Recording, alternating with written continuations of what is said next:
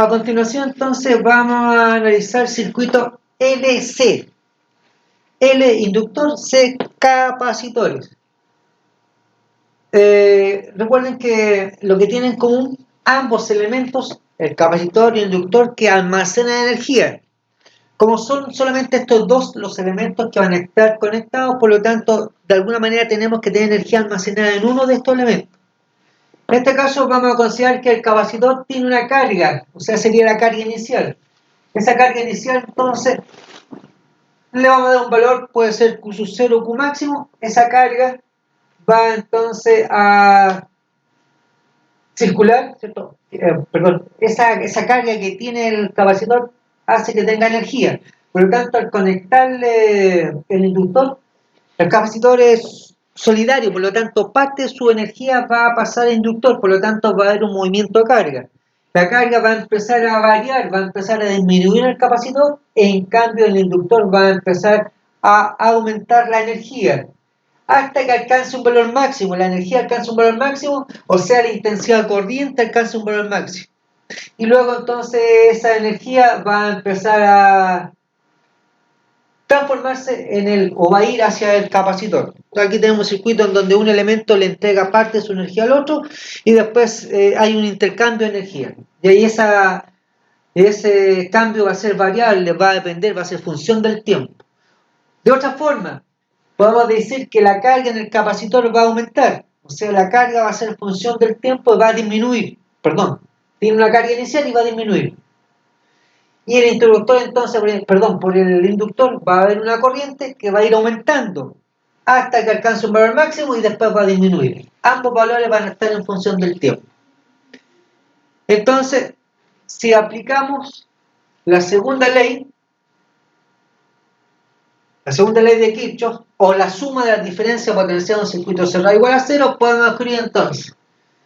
Pasamos entonces por este inductor, tenemos que la diferencia potencial va a ser menos la inductancia por la derivada de la corriente y menos Q partido por C, que es la diferencia potencial del capacitor. Esa suma igual a cero. Que es lo mismo, ¿cierto? Que escribamos entonces esta ecuación. Recuerden que la intensidad corriente es la derivada de la carga. La derivada de la carga. Por lo tanto, si yo derivo la intensidad de corriente, voy a tener que hacer la segunda derivada de la carga. No se asusten con estas derivadas. Una forma de expresar en la ecuación. ¿Ya? Nosotros, como siempre lo hemos realizado, expresamos un modelo matemático, expresamos la ecuación y después damos la solución. Y nosotros vamos a tener que aprender a usar la solución. Entonces, si reemplazo en esta ecuación, ¿cierto? Acá voy a reemplazar la derivada de la intensidad corriente por la segunda derivada. Y la carga la voy a reemplazar con la derivada, está asociada a acá está, la derivada de la corriente. Esto lo voy a dejar igual. Lo que va a cambiar entonces el circuito, voy a pasar dividiendo la inductancia. Y lo voy a multiplicar por un signo negativo de tal manera de tener la relación positiva de esta ecuación. Entonces, si reemplazo acá, digo por L, se va a simplificar L. Entonces va a quedar la segunda derivada de la carga, Acuerda que estoy dividiendo por L. Divido también acá por L, el L queda entonces L por C, y por la carga, queda la carga, y eso igual a 0. Esa es una ecuación diferencial, la ecuación diferencial de un circuito LC, esa es la ecuación diferencial. La única diferencia es que acá tenemos una segunda derivada en este caso de la carga. Y acá tenemos entonces la carga sin derivar. Esa es una ecuación diferencial. Nuestro problema entonces es encontrar que en este caso vamos a dar, nosotros no nos vamos a preocupar de resolver esa ecuación, vamos a dar la solución. En la realidad esto se parece a la ecuación de un movimiento armónico simple. Un movimiento armónico simple, ¿cierto? Ustedes lo vieron cuando analizamos las sondas. Las sondas, ¿cierto? Había las partículas en medio oscilaban con un movimiento armónico simple. Esto es similar a la misma ecuación, la única diferencia aquí es Q en la variable. Si usted recuerda, las ondas o los movimientos armónico simple, la función que usamos era seno o coseno. En este caso, la solución de la ecuación diferencial está en la función coseno y está multiplicada por un valor de carga, que en este caso era la carga inicial, la carga máxima del capacitor.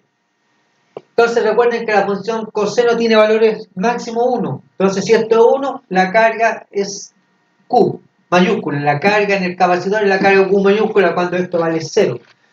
Esa es la constante que se llama fase inicial. La fase inicial la vamos a considerar 0, generalmente la vamos a considerar 0. Y omega se llama frecuencia angular. En un circuito, en un circuito LC, la frecuencia angular es la raíz cuadrada de 1 sobre LC. L es el inductor y C es la capacitancia. Recuerden que nosotros indicamos que la carga almacenada en el capacitor se transmitía hacia el inductor. Y el inductor entonces empezaba a almacenar energía y el capacitor quedaba sin energía. Y en ese instante entonces el inductor entregaba la carga, la energía al capacitor. Por lo tanto hay un intercambio de energía. Y ese es un movimiento periódico. Es un fenómeno que se repite regularmente a medida que transcurre el tiempo. Por eso entonces aparece la función coseno. Recuerden que la función coseno tiene valores entre menos 1 y 1. Entonces por eso es la ecuación. Entonces nosotros tenemos, en un resumen, tenemos un valor para la carga variable, y en esta ecuación tenemos un valor inicial, que es la carga en el capacitor, inicial, en t igual 0. Y tenemos entonces omega, que es la frecuencia angular. El phi, que es la fase inicial, la vamos a considerar 0. En condición inicial, entonces el phi vale 0. O sea, cuando el tiempo vale 0, la carga en el capacitor vale Q.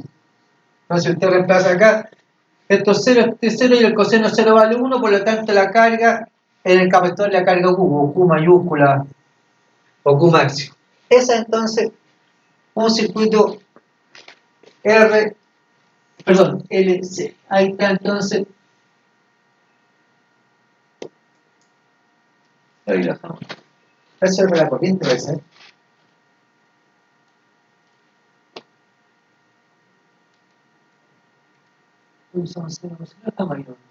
Listo. Esa es entonces nuestra ecuación para el circuito LC.